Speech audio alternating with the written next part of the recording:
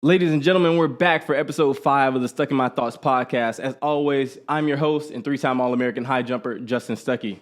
And for episode 5, we have a great guest here on the plains of Auburn, Alabama. He's a 3-time SEC Coach of the Year. He has over 600 wins in his career, and he's been the coach of the Auburn men's basketball team since 2014. Ladies and gentlemen, welcome to the show, Bruce Pearl.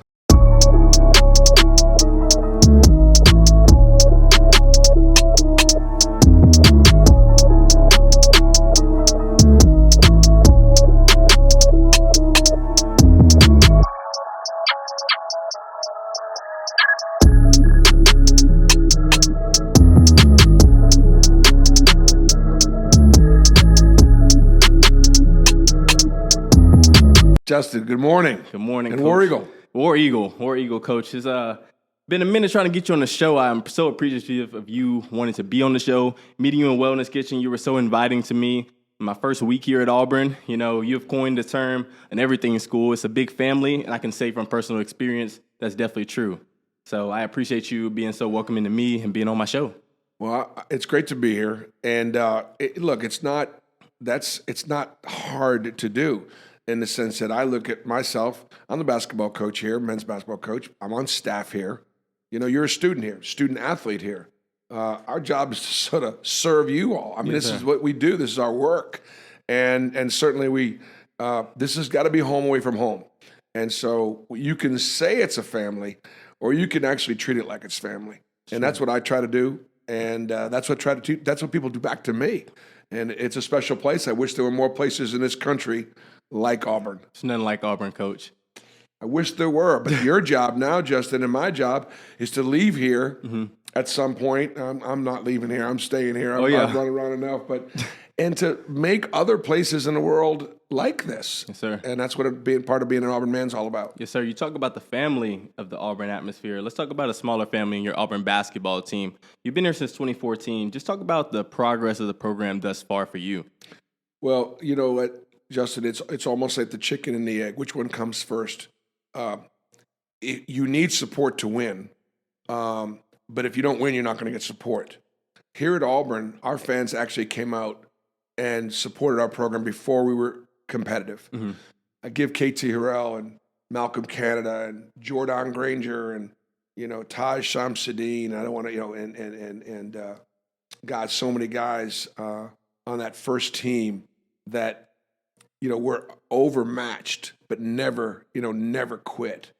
And man, I can't remember everybody because I'm old, but I wish I could remember that whole roster of guys that competed that first year. We finished near the bottom of the league, and then in the SEC tournament, we went to Nashville and we won 3 games in a row. We beat Mississippi State, LSU with Texas A&M with 2 pros, 2 NBA players, and then LSU with 2 NBA players, and got to the Saturday game against Kentucky. Mm-hmm. And we had one real legitimate SEC caliber player in KT Harrell. Oh, yeah. That first team got things going, and obviously the rest has been history. Yeah. Since then, though, you get like a lot of different recruiting classes. Kids, like you say, kids. I'm 22. Kids are different from when you first started to now. How do you continue to drive the culture of the program to get guys to want to be all in for you and all in for Auburn?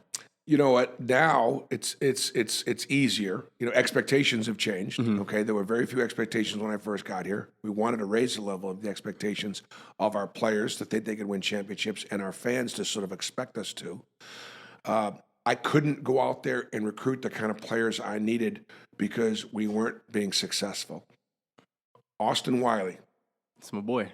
Came from Birmingham, and people don't give Austin Wiley nearly enough credit for the resurgence of Auburn basketball. Mm-hmm. His dad, Aubrey, his mom, Vicky Orr. If you want to point to anything, point to those 3, because they decided to come to Auburn when it wasn't fashionable. Because that family, they were an Auburn family. They were great players here, great student athletes here.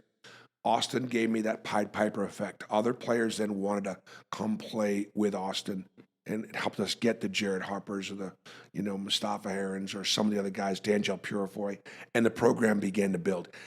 And now at this point, because of the success and because we've won championships and sent 6 guys to the NBA in the last 4 years, players regionally know especially in Atlanta, where it's been really good to us. I can come to Auburn.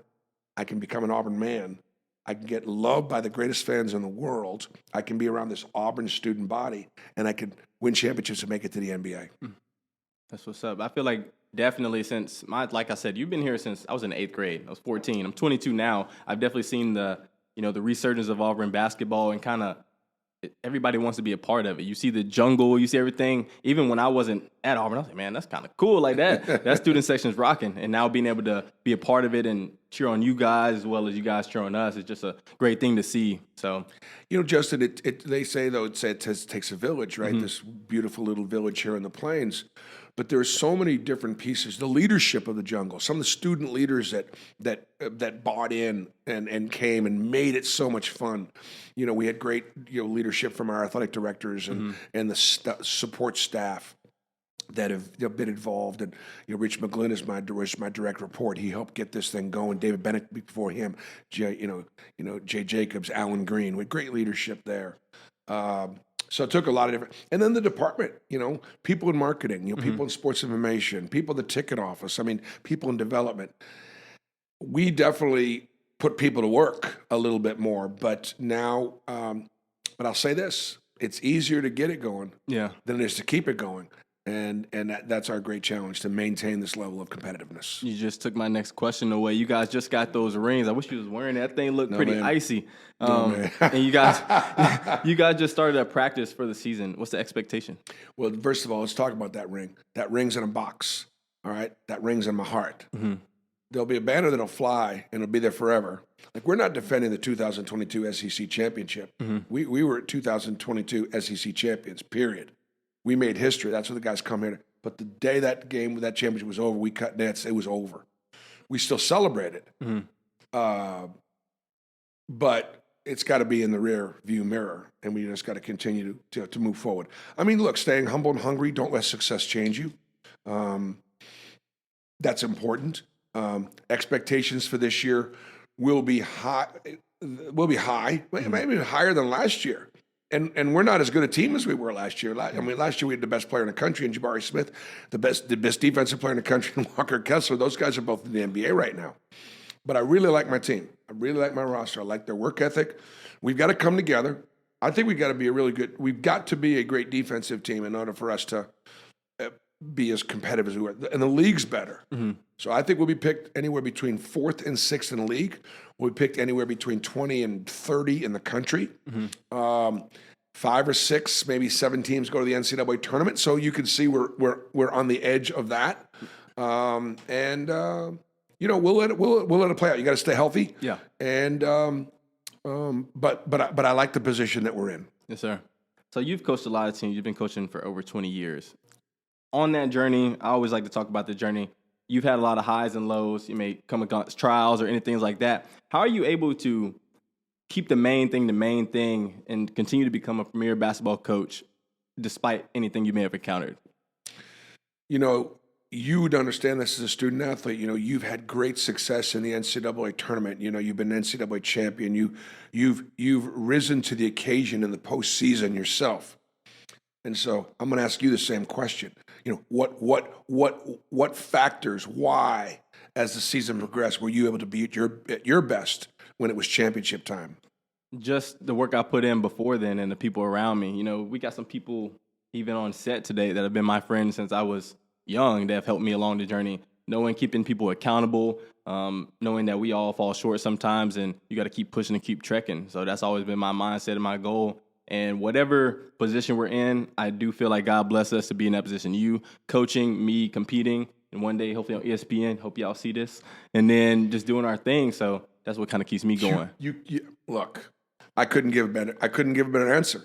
I couldn't. And look, I coach champions. You are a champion. There's a big difference, right? Yeah. I teach. You actually get the stuff done.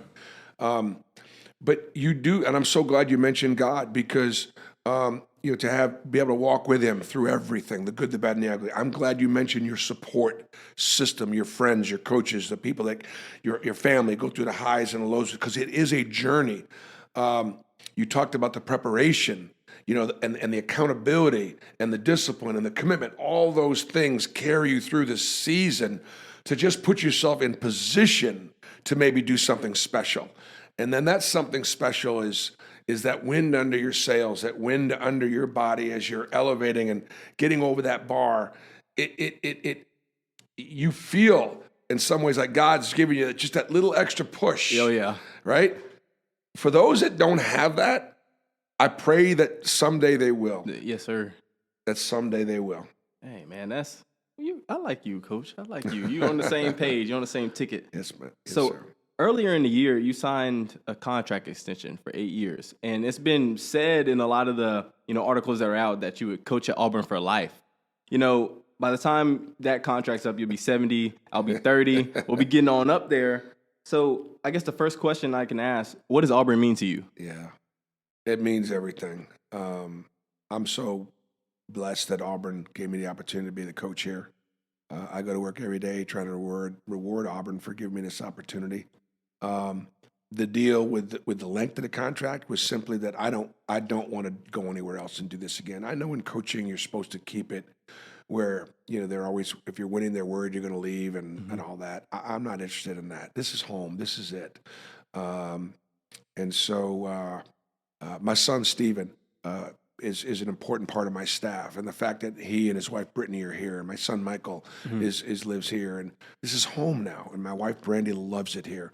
Auburn has embraced my wife, and she's through our community service work with the Bruce Pearl for the Bruce Pearl Foundation for the Children's Harbor, or for the Outlive program, or the wonderful churches in this community, Church of the Highlands and the Auburn Community Church. I mean, just we're comfortable here. That's it. We're done. Now, whether or not I can last 8 years and keep this pace, I don't know. But I'm going to give it my best shot, and we're going to keep it in the family. Oh, yeah. We're going to support you along the way, too. What is your motivation for coaching this long? You talk about, the longevity. We talk about how you coached over 20 years. That's a long time. I don't think people understand how much goes into coaching. It's more than just getting a group of men to be better basketball players and better men. There's a lot of other things, a lot of other factors. So what's your main motivation for coaching this long? Yeah, Justin, there's so much more to it than just the X's and O's. But I think the thing that I'm as most proud of, obviously the graduation, the being involved in young men's life and molding them at a time when they still want to be coached and teached and molded and grow. But as it relates to the success, it's just a consistency that if we won championships everywhere we've been. And so therefore, based on the players and the coaching staff and the people we surround ourselves with, we must be doing something right. So my motivation is just to continue, I just think, I want it, no matter where I've been, I want it better off when I'm no longer there.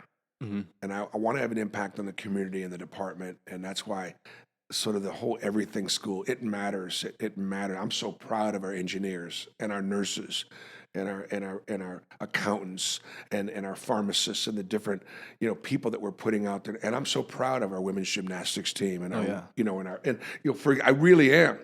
And I want to do anything I can to help Auburn be great. That's in my heart. That's real right there, Coach. Appreciate you giving us that true feeling that you have for Auburn and you're coaching for, these athletes out here. Because a lot of times in, the recruiting process or when people are in college, the main thing for me, you want to feel like, a great relationship with your coach, more than just, like you said, the X's and O's or how high I can jump out there and things like that, but actually caring about that person to a true extent. And I think that's the biggest thing, hearing from you, person who's on a high level, people don't really know you personally, and hearing the words that you're speaking and knowing that, okay, he really genuinely cares is a big thing that people don't get to hear every day. So that's... And hold you to an account, hold you to a high standard, believe in you. I'm not trying to be my players' best friends. I'm not. But I'm trying to help guide them and Coach Dye said you can coach them as hard as you love them, and we put up with somebody in our family, a father, a grandfather, an uncle, mom, somebody, because you know how much they love them, and you know how you want to make them proud, and that's the relationship I want to have with my players. Gotcha. All right, Coach. It's time for the DropBox Questions. So this is a thing where all the fans submit questions that they want to hear from you. So first question is, who is your Mount Rushmore of basketball players, the greatest four basketball players of all time? Okay, Bird, Magic, Jordan.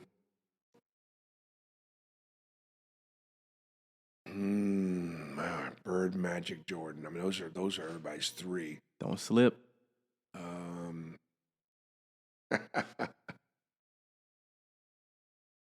And LeBron.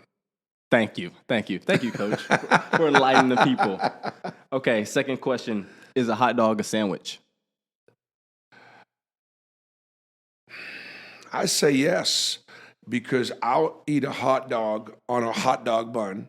But if I don't have a hot dog bun, I'll eat it on a piece of bread. I'll wrap it up in an English muffin. I mean, I love a hot dog now. Coach ended the debate. Thank you, Coach. Okay, this is a pretty unique question.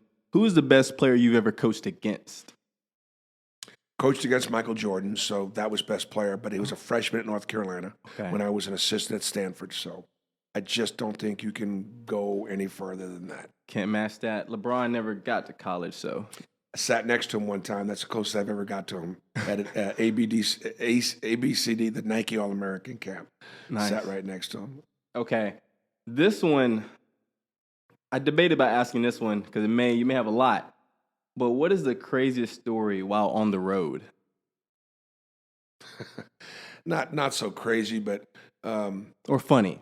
Well, it wasn't even funny. But here's what happened. When I was an assistant at Stanford, we had a home visit set up for Stevie Thompson. Stevie Thompson went to Syracuse, but he was at Crenshaw High School as an All-American, and we just got the job at Stanford. And I brought Tom Davis to his house, and nobody was home. It was not good. Now, Stevie Thompson was a great player, great kid, and he was an assistant coach in Oregon State right now. And every now and then, I remind him of how he stood me up. Man, that was not good with the boss, man. I can tell you right now that didn't go over very well. He owes you one, Coach. Okay, last question. I think you kind of tapped in this earlier in the episode. How do you want to be remembered? Oh, I tell you what, I'd rather try to be remembered as a better person than a better coach. Just that I did the best that I could, and I loved Auburn and loved my family and loved my God, loved my country. That's real. All right, guys, that's a wrap for episode 5 of the Stuck in My Thoughts podcast. Coach, we appreciate you being on the show. You can catch this episode on all platforms. We'll catch y'all for the next one. Thank you, Coach. Thanks, Justin. War Eagle. War Eagle.